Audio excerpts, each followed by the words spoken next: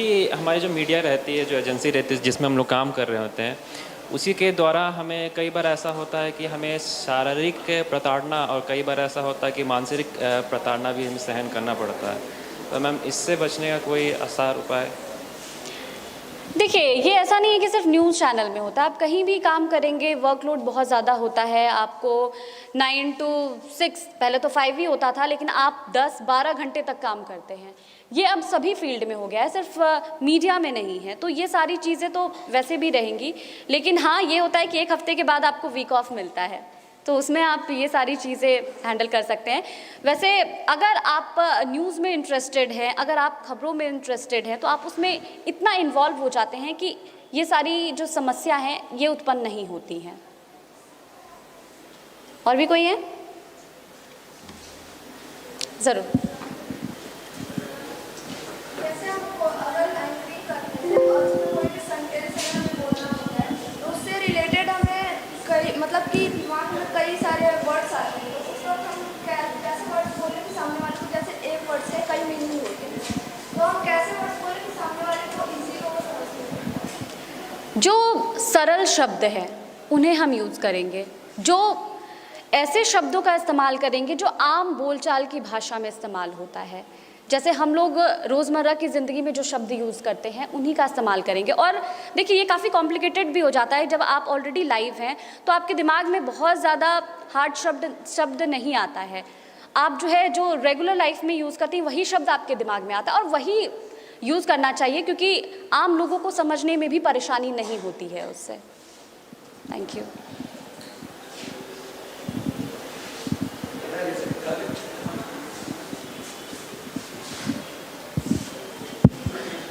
Ma'am आए दिन एंकरों पे इल्ज़ाम लगाया था, यहाँ तक टैग भी लगा दिया था कि वो किसी पार्टी के प्रवक्ता है और दल्ला भी कह दिया था। तो इनसे एंकरों पे बहुत मानसिकता से परेशानियाँ भी होती, तो इस तरह की आलोचना से हम कैसे बच सकते हैं? एक बार और सवाल दोहराइएगा।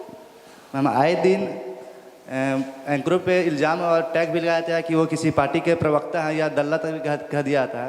तो इनसे एंकरों के मानसिकता पे असर होती है, तो इस तरह की आलोचनाओं से हम कैसे बच सकते हैं?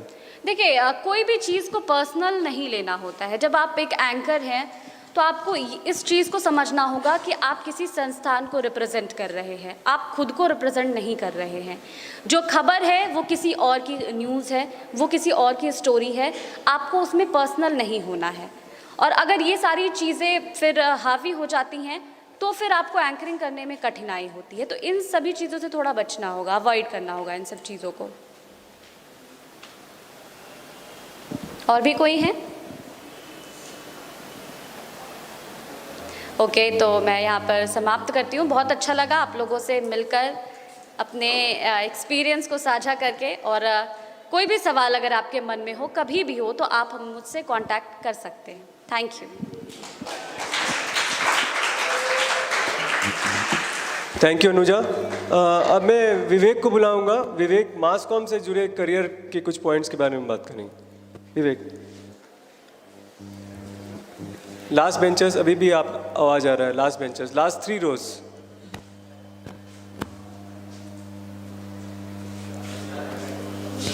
वैसे तो मैं थैंक यू कह दिया था, लेकिन चूंकि समय है, थोड़ा स्वाधीन शांत हो जाएंगे। स्वाधीन पटेल, बाकी लोग भी ध्यान देंगे। जब हम मास कॉम कर रहे होते हैं तो एक तो जो इस्टेब्लिश्ड फील्ड है, टेलीविज़न है, अखबार है और अब वेब है या फिल्म मेकिंग है, रेडियो है, जो इस्टेब्लिश्ड फील्ड है उनके बारे में जानकारी तो हम लोग को होती ही है। लेकिन संख्या बल बहुत होती है, और अगर आप कोई शहर में संस्थान कम पड़ते हैं फिर लोग निराश हो जाते हैं कि हमें मौका नहीं मिल पा रहा है। अब अगर एक चैनल है तो उसके पास तो एंकर 3-4 ही रहेंगे, ज़्यादा रहेंगे नहीं। ऐसे में जो बाकी करियर ऑप्शंस हैं उनकी तरफ ध्यान देना चाहिए। बात नहीं करेंगे प्लीज़। देखिए, जिनकी भी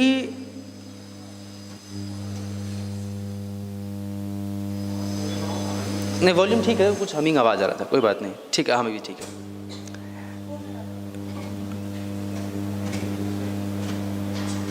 अभी भी हो रहा है, उसकी वजह से हो रहा है। जिनका भी इंटरेस्ट राइटिंग में है, आपके लिए एक बहुत ही अच्छा स्कोप है जिसे हम कंटेंट राइटिंग कहते हैं। किसी को आइडिया है कंटेंट राइटिंग क्या है? किसी को आइडिया है कंटेंट राइटिंग क्या है? आपको हाँ बताइए प्लीज़। किसी स्टोरी को परफेक्ट फॉर्मेट में रीडेबल फॉर्म में। ओके ठीक है, और कोई? क्या नाम है आपका? सहवाग। आपने अच्छा कहा। कंटेंट को जब हम ब्रेक करते हैं, कंटेंट मतलब एक कोई भी पीस जिसे हम लिख सकते हैं, उसे लिखने की जो कला होती है उसे हम कंटेंट राइटिंग कहते हैं। ध्यान देंगे इस तरफ, आप लोग सुन रही हैं, सुन लीजिए, काम देगा इसीलिए कह रहे हैं। कंटेंट राइटिंग तो प्रोसेस ठीक है, लेकिन एक नया इंडस्ट्री इवॉल्व हो रहा है देश भर में, जिसमें लोग कंटेंट राइटिंग कर रहे हैं और ठीक ठाक अर्निंग इसमें हो रही है। व्हाट हैपन्स, जितने भी वेबसाइट हैं, रख लीजिए ना, कोई बात नहीं, रख लीजिए, कुछ नहीं कीजिए, सुन लीजिए।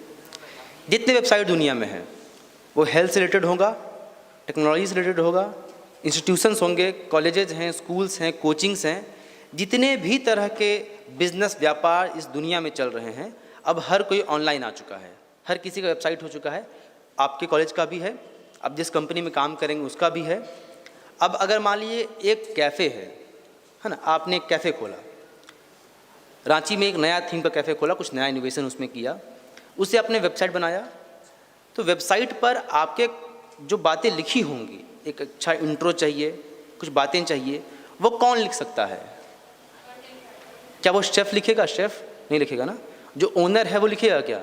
उसने तो MBA किया है, किसी ने होटल मैनेजमेंट किया है। लिखने का काम किसका है? द स्टूडेंट्स ऑफ कम्युनिकेशन, जो कि हम लोग हैं, है ना कि नहीं है? तो ऐसे में तमाम तरह के वेबसाइट्स के लिए लिखने का काम आता है, ठीक है, ये एक स्कोप हो गया। दूसरा, जब कोविड आया है ना, तब दुनिया भर में सबसे अधिक क्या सर्च किया गया होगा कि कोविड हो जाने पर कैसे बचें, कैसे इम्यून को स्ट्रॉन्ग करें। खूब आता होगा न्यूज़ इस तरह का। कौन लिखता है ये सब? अखबार तो लिखते ही हैं, लेकिन ध्यान रखिए कि वेबसाइट्स में भी आपको बहुत सारे दिखते हैं। ये हर कोई जर्नलिस्ट नहीं लिख रहा होता है। चाहिए क्या? एक बेसिक रिसर्च और लिखने की कला। अगर ये तो चीज़ें आ गई तो आप अच्छा लिख सकते हैं। और कंटेंट राइटिंग का फील्ड बहुत ही ब्राइट है, मतलब इकोनॉमिकली भी ठीक है। मतलब अगर आप लोग चूँकि अपने ही हैं, मेरे कई दोस्त हैं जो दिन में 4 आर्टिकल लिखते हैं और उनकी सैलरी 50-60 से ऊपर ही है। आसान काम है, क्रांति नहीं है बहुत जर्नलिज्म की तरह, कोई रेवोल्यूशन नहीं ला सकते हैं, लेकिन लिखने का काम है। लेकिन इसके लिए आपको SEO जानना पड़ेगा। SEO, search engine optimisation. Anybody have idea search engine optimisation क्या है? आना चाहिए, किसी न किसी को पता होगा। 3rd ईयर के स्टूडेंट्स, कोई भी, कोई नहीं जान रहा है? नाम सुने SEO का कभी आप लोग? ओके। सर्च इंजन क्या होता है? गूगल, याहू, ठीक है। फेसबुक भी सर्च इंजन है, यूट्यूब भी सर्च इंजन, जहाँ पे वो इंजन यानी कि वो इलेक्ट्रॉनिक सॉफ्टवेयर, वो वेब प्लेटफॉर्म जहाँ से आप सर्च कर सकते हैं, that is search engine. Optimisation का मतलब क्या होता है? कंटेंट को इस अकॉर्डिंग लिखना कि वो सर्च इंजन के द्वारा सर्च किया जा सके। बात समझ में आ रही? पीछे तक क्लियर हो रहा है ना? दिक्कत तो पूछिएगा, ये जरूरी बात है। बहुत अच्छी जानकारी आप लोग को दे रहे हैं। तो अपने कंटेंट को ऐसे लिखना है जिससे कि गूगल सर्च करने पर दिख जाए। तो इसके लिए कीवर्ड का इस्तेमाल करना है, हैशटैग्स का इस्तेमाल करना है। जिस विषय को सर्च किया जा सकता है वैसे इस विषयों को इस्तेमाल करना है। आपको लगता है कि सबसे अधिक सर्च किया गया कोविड से कैसे बचें, तो कोविड, बचना, इस तरह के शब्दों का इस्तेमाल अपने आप आर्टिकल में करेंगे। ये एक छोटा सा आर्ट है, कुछ वर्कशॉप्स करेंगे, सीख जाएंगे। अगर आप SEO के अकॉर्डिंग लिख पा रहे हैं तो आपके पास कंटेंट राइटिंग का ऑप्शन खुला है, जो कि आसान है और कई मायनों में बेहतर भी है। बेहतर या अच्छा या बुरा कुछ नहीं होता, पत्रकारिता का अपना ही है। मैं इसके अलग कुछ स्कोप बता दे रहा हूँ जिसकी तरफ आप सोच सकते हैं, क्योंकि इस हॉल में मौजूद 100 से अधिक बच्चे सबके सब पत्रकार बन जाएं, ये प्रैक्टिकल भी नहीं है, पॉसिबल भी नहीं है, ये होना भी नहीं चाहिए। एक डाइवर्सिटी होनी चाहिए। तो इस पर एक स्कोप ये है। कम्युनिकेशन के स्टूडेंट्स में एक चीज़ देखा गया कि ब्लॉगिंग, सीरियस ब्लॉगिंग, मतलब यूँ ही नहीं कि हम निकल लिए बाइक पे घूमते हुए और जो मन तो, उसका भी एक ग्रामर है ना। उसमें भी स्किल की ज़रूरत पड़ती है कि आप अच्छा कम्युनिकेट कर पा रहे हो, क्या दर्शक देखना चाहते हैं, क्या नहीं देखना चाहते हैं। ऐसे कई लोग हैं जो अच्छी ब्लॉगिंग कर रहे हैं, ऐसे कई लोग हैं जो अकेले पत्रकारिता कर रहे हैं। उसमें से कई ऐसे हैं जो कि बहुत घटिया कर रहे हैं, उनकी तरफ नहीं जाना है। लेकिन अच्छे लोग भी हैं जो सिंगल हैंडेडली पत्रकारिता कर रहे हैं और किसी विषय पर अच्छे से अपनी बातें रखते हैं और बाद में वो टीम बड़ी हो जाती है ना। हम नाम इसलिए नहीं लेंगे कि किसी का प्रमोशन ना कर लें, लेकिन ऐसे कई नाम आप जानते हैं, आप देखते ही होंगे फेसबुक पर, यूट्यूब पर। ये स्कोप खुला हुआ है, लेकिन इसमें जिम्मेवारियाँ बड़ी हैं। आप रिसर्च खुद से करेंगे, अपने कंटेंट को खुद से लिखेंगे, आपके पास संपादक नहीं जो आपको ठीक करेगा, है ना। आप सब कुछ खुद से करते हैं। वो स्कोप आपके पास बचा हुआ है, खुला हुआ है, आप चाहें तो उससे कंटिन्यू कर सकते हैं। आज से 50 साल पहले किसे पता था कि एक करियर ये हो सकता है कि आपको घूमने के पैसे मिलेंगे, कि भाई आप गोवा जाइए, आपको इतने पैसे दे रहे हैं, रहना खाना भी दे रहे हैं, घूमना फिरने का पैसा भी दे रहे हैं और सैलरी अलग से दे रहे हैं, और आप घूम के आइए, बस ये कर दीजिए कि घूमने के बाद एक अच्छा सा आर्टिकल लिख के दे दीजिए। लेकिन ये तो हो रहा है ना। चाय टेस्ट करने के लिए ही पैसे मिलते हैं, पता है। टी टेस्टर एक जॉब है, मतलब चाय बनाते हैं या कोई फूड जो शेफ बनाता है उसे टेस्ट करके बताना होता है कि अच्छा है कि बुरा है। इससे अच्छा जॉब और क्या हो सकता है। तो अब जो इस्टेब्लिश्ड जॉब हैं उसके अलावा भी जॉब्स खुल रहे हैं, स्कोप खुल रहे हैं, जिसकी तरफ कान और आँख खोल के देखने की ज़रूरत है। भीड़ से थोड़ा अलग होकर खुद को एक्सप्लोर करिए कि आप किसके लिए बने हैं, आपके इंटरेस्ट क्या है। और फिर इसलिए नहीं कि क्योंकि आपने किसी को देखा कि वो बहुत अच्छा कर रहा है इस चीज़ में तो हम भी वही करेंगे। ठीक है, आप इंस्पायर हो सकते हैं, लेकिन अपनी कमियों को, अपनी अच्छाइयों को, बुराइयों को, अपने आप को ओवरऑल जानते हुए उसके बिना आप करेंगे तो फिर रणछोड़ दास छांछड़ का वो ज्ञान आपको याद रहना चाहिए, है ना। देखनी चाहिए वो फिल्म।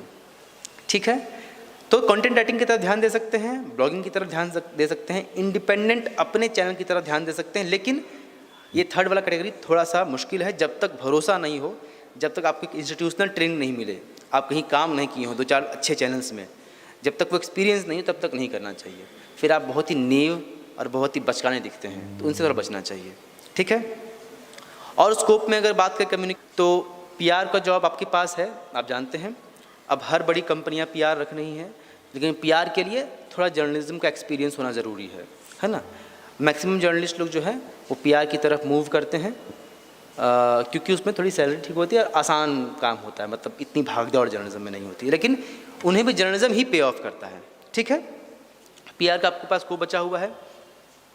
एक मुझे व्यक्तिगत रूप से लगता है, बाकी लोग अगर इसमें एग्री नहीं करें तो कोई बात नहीं, जैसे कई कम्युनिकेशन के छात्र जो हैं वो फिल्म मेकिंग में तो जाते ही हैं, अभी जो वेडिंग फोटोग्राफी हो रहा है या वेडिंग में जो वीडियोग्राफी होता है उसकी तरफ जाते हैं। हम लोगों ने सिलेबस में अभी तक इंक्लूड नहीं किया, यूजीसी ने या नहीं या फिर कॉलेजेस ने, लेकिन मैं व्यक्तिगत रूप से मानता हूँ, श्री प्रकाश सर बताए थे, वहाँ से मैं भी उनसे एग्री करता हूँ कि ये होना चाहिए कि जो नए स्कोप खुल रहे हैं इसमें कोई बुराई नहीं है, या कोई ऐसा नहीं कि यार ये तो वेडिंग कर रहा है तो ये ठीक काम नहीं कर रहा है। एक बहुत अच्छा स्कोप है, इंसान अपने हिसाब से काम कर पाता है, अपने हिसाब से कंटेंट डिलीवर कर पाता है, और इससे वेडिंग में भी रेवोल्यूशन आ रहे हैं। अब वो सिर्फ वो फूल उड़ाकर फ़ोटो नहीं खिंचा रहे, बहुत स्टोरी टेलिंग फ़ोटो हो रही है, स्टोरी टेलिंग वीडियोज़ बन रहे हैं, उनकी कहानियों को लोग वीडियोज़ के माध्यम से डिपिक्ट कर रहे हैं। ये तब हो रहा है जब आप जैसे क्रिएटिव लोग इन फील्ड्स में जा रहे हैं। तो स्टैब्लिश्ड फील्ड के अलावा भी जो स्कोप है उनकी तरफ ध्यान देने की ज़रूरत है। और कम्युनिकेशन के स्टूडेंट्स हैं तो आपके लिए बहुत सी चीज़ें खुली हुई हैं, और लगभग हर क्षेत्र में लिखने पढ़ने की आज़ादी है। लेकिन अगर आपको लिखना आता हो तो किसी एक भाषा पे कमांड बनाइए कम से कम, तब बाकी चीज़ें जो है वो है ही, इनके अलावा जो भाषा है उस पर कमांड रखिए। अच्छा बोलना, अच्छा लिखना सीख लीजिए, प्रोनाउंसिएशन में गड़बड़ नहीं हो, लिखने में स्त्रीलिंग पुल्लिंग की गड़बड़ नहीं हो, छोटी की बड़ी की का अंतर पता हो, उच्चारण सही हो, सेंटेंसेज बहुत लेंदी और बहुत कन्फ्यूजिंग नहीं हो रहे हो, स्पष्ट लिख पा रहे हों, पढ़ने में लोग विजुअलाइज कर पा रहे हो, तो ये सब चीज़ें हो रही हैं तो आपके लिए आसमान खुला हुआ है। ठीक है, तो इन तरफ ध्यान दीजिएगा। फिलहाल ये वीडियो देखते हैं और फिर सेशन ख़त्म करेंगे। ठीक है, थैंक यू।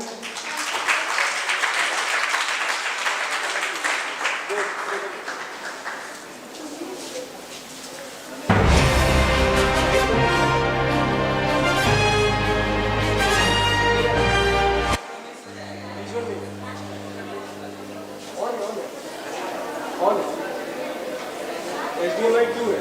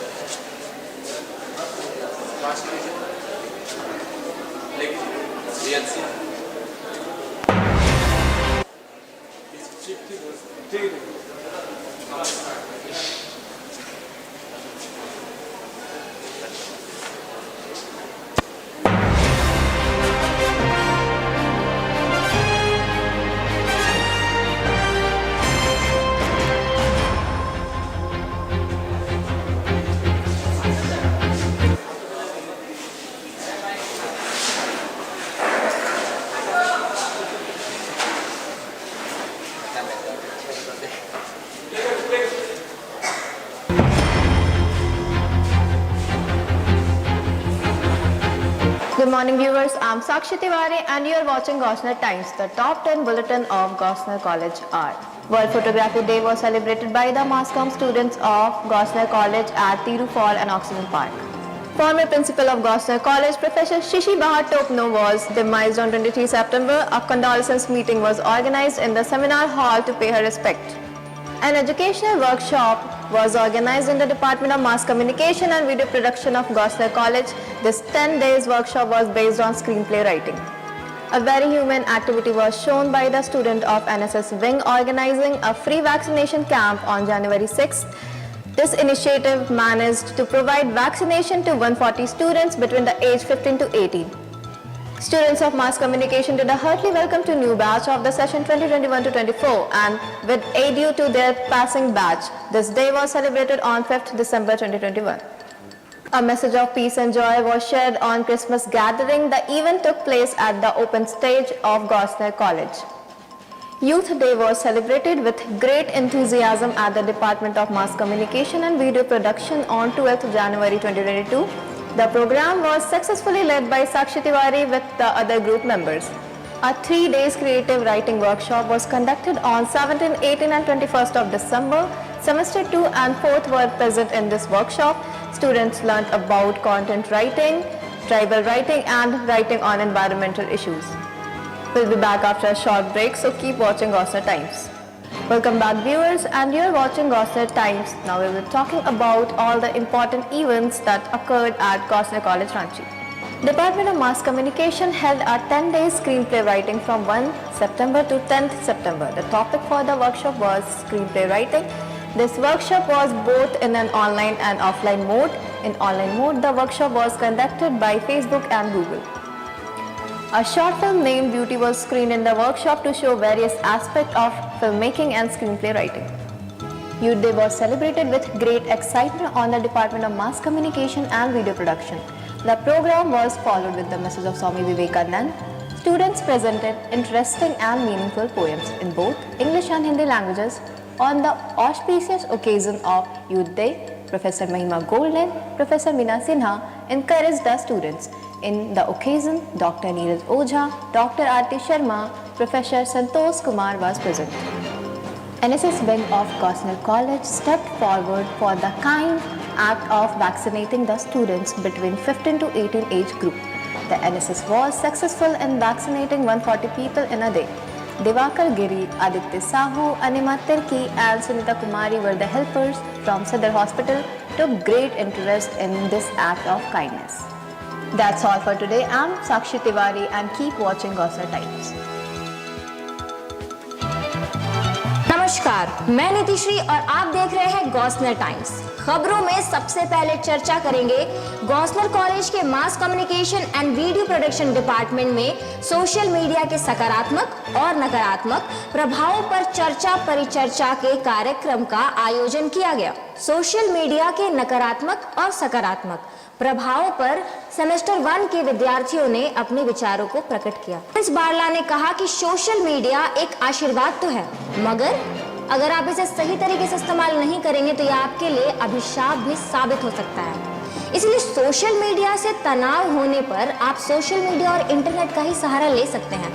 इंटरनेट पर कई सारे ऐसे मोटिवेशनल वीडियोस मौजूद हैं जिसे आप देख सकते हैं और आप मोटिवेट हो सकते हैं। नेशनल कॉलेज के mass communication and video production department के छात्रों द्वारा गरुड़ पीढ़ी गांव में नुक्कड़ नाटक की प्रस्तुति की गई। गरुड़ पीढ़ी में नुक्कड़ नाटक की प्रस्तुति की निर्देशक श्रुति दास ख्याल रखा कि इस नाटक में शिक्षा के बारे में वहां के लोगों को बताया जाए। इस नाटक के जरिए गांव के लोगों को यह बताया गया कि शिक्षा कितनी जरूरी है, शिक्षा का क्या महत्व है और शिक्षा के बिना हमारे जीवन का कोई भी अस्तित्व नहीं। 17 नवंबर 2021 से गॉस्नर कॉलेज में स्वर्ण जयंती महोत्सव का हुआ शुभारंभ। स्वर्ण जयंती के महोत्सव में राज्य के मुख्यमंत्री हेमंत सोरेन मुख्य अतिथि के रूप में उपस्थित हुए। मुख्यमंत्री ने गॉस्नर कॉलेज के 50 वर्ष पूरे होने पर गॉस्नर कॉलेज को बधाई दी। उन्होंने कहा कि राज्य में बेहतर शिक्षा के लिए ग्रामीण और शहरी क्षेत्र में महत्वपूर्ण कदम उठाए गए। उन्होंने इस बात पर जोर डाला कि मिशन स्कूलों और कॉलेजों द्वारा अनुशासन और सम्मान के साथ शिक्षा दी जा रही है।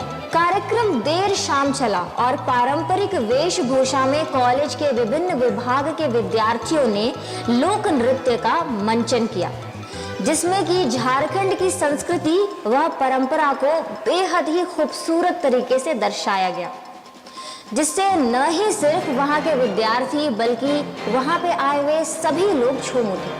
इस 2 दिवसीय महोत्सव में सभी छात्र और छात्राओं ने बहुत ही मौज मस्ती की और इस कार्यक्रम का लुत्फ उठाया। दूसरे दिन की कार्यक्रम का प्रारंभ भी बहुत ही हर्षोल्लास के साथ किया गया। इस दिन शिक्षक शिक्षिकाएं और प्रोफेसर्स ने मिलकर स्तुति की, जिससे सभी तो प्रसन्न हुए ही, साथ में छात्र भी झूमने और थिरकने लगे। इसके अंत में आसिफ बैंड ने अपने संगीत से सबको मनोरंजित किया और उन्हें प्रिंसिपल द्वारा सम्मानित भी किया गया। इस कार्यक्रम का समापन 18 नवंबर को भव्य तरीके से किया गया। गॉस्नर कॉलेज के सेमिनार हॉल में हिंदी विभाग एवं जनसंचार विभाग के संयुक्त तत्वाधान में हिंदी दिवस का आयोजन किया गया। कार्यक्रम की अध्यक्षता कॉलेज की बरसर व हिंदी विभागाध्यक्षा प्रोफेसर आशा रानी किरकिट्टा ने किया। उन्होंने हिंदी बोलने में रुचि रखने वाले विद्यार्थियों को प्रोत्साहित किया और यह भी बताया कि हिंदी के क्षेत्र में कितनी सारी रोजगार की संभावनाएं मौजूद हैं। उन्होंने हिंदी में मिलने वाले पुरस्कारों के बारे में भी संक्षेप में चर्चा की, जिससे कि विद्यार्थी प्रोत्साहित हो जाए। हिंदी विभाग के प्रोफेसर डॉक्टर प्रशांत गौरव द्वारा मंच संचालन किया गया। उन्होंने हिंदी में आने वाली तमाम चुनौतियों और संभावनाओं के बारे में भी बात रखी। उन्होंने बताया कि हिंदी का इतिहास 1000 साल से भी पुराना है। उन्होंने यह भी कहा कि हिंदी संस्कृत की बेटी है, देश की शान है और हमारे देश की आत्मा है हिंदी। इसीलिए हमें हमेशा हिंदी अपनी मातृभाषा से जुड़ी रहनी चाहिए। कार्यक्रम में हिंदी विभाग एवं जनसंचार विभाग के छात्र छात्राएं मौजूद थे, जिन्हें प्रोत्साहित करने के लिए कई प्रतियोगिताओं का भी आयोजन किया गया, जिसमें छात्र छात्राओं ने बढ़कर हिस्सा लिया और अपने विचारों को प्रकट किया। प्रतियोगिता के बाद निर्णायक मंडली ने विजेताओं के नाम घोषित किए। दिनकर आनंद प्रथम, अनु यादव द्वितीय एवं हासिल किया। सभी विजेताओं को शब्दकोश एवं पुरस्कारों के द्वारा सम्मानित किया गया एवं उन्हें काफी प्रोत्साहन भी मिली। कार्यक्रम के अंत में विद्यार्थियों को मुंशी प्रेमचंद्र की प्रसिद्ध कृति गोदान फिल्म दिखाई गई। इस मौके पर प्रोफेसर डॉक्टर वर्षा शालिनी कुल्लू, प्रोफेसर महिमा गोल्डन बिलुंग, प्रोफेसर पूजा उरांव के साथ साथ अन्य प्रोफेसर्स भी मौजूद थे। गॉस्नर कॉलेज के मास कम्युनिकेशन विभाग के द्वारा विद्यार्थियों को एजुकेशनल टूर पर ले जाया गया। 8 सितंबर से 19 सितंबर तक सत्र 2018-21 के छात्र छात्राओं को पूर्वोत्तर के कई राज्यों में भ्रमण कराया गया। इस एजुकेशनल टूर को विभाग के प्रोफेसर महिमा गोल्डन बिलुंग, प्रोफेसर अनुराग पूर्ति, प्रोफेसर संघ में संपन्न किया गया। 5 दिसंबर को गॉस्नर कॉलेज के mass communication and video production department में फ्रेशर्स का स्वागत करने के लिए रंगारंग कार्यक्रम का आयोजन किया, जिसमें सीनियर्स ने तो जलवे बिखेरे ही, और फ्रेशर्स ने भी खूब धूम मचाया। सत्र 2018-21 के विद्यार्थियों को विभाग द्वारा नम आंखों से विदाई दी गई।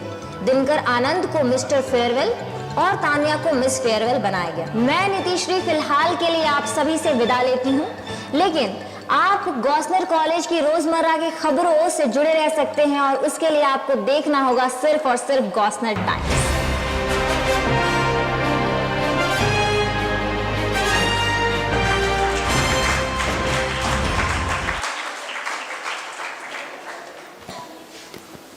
हमारा 3 दिन का एंकरिंग वर्कशॉप ख़त्म होने जा रहा है, तो मैं थैंक्स गिविंग के लिए महिमा मैम को बुलाना चाहूँगी।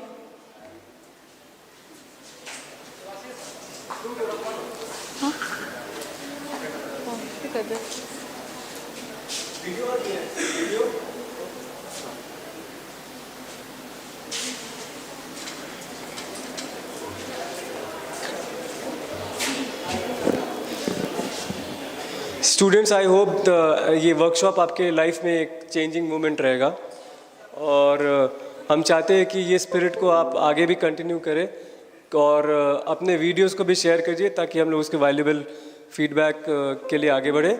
हम विवेक को, अनुजा को, we thank them for coming here and giving their valuable time.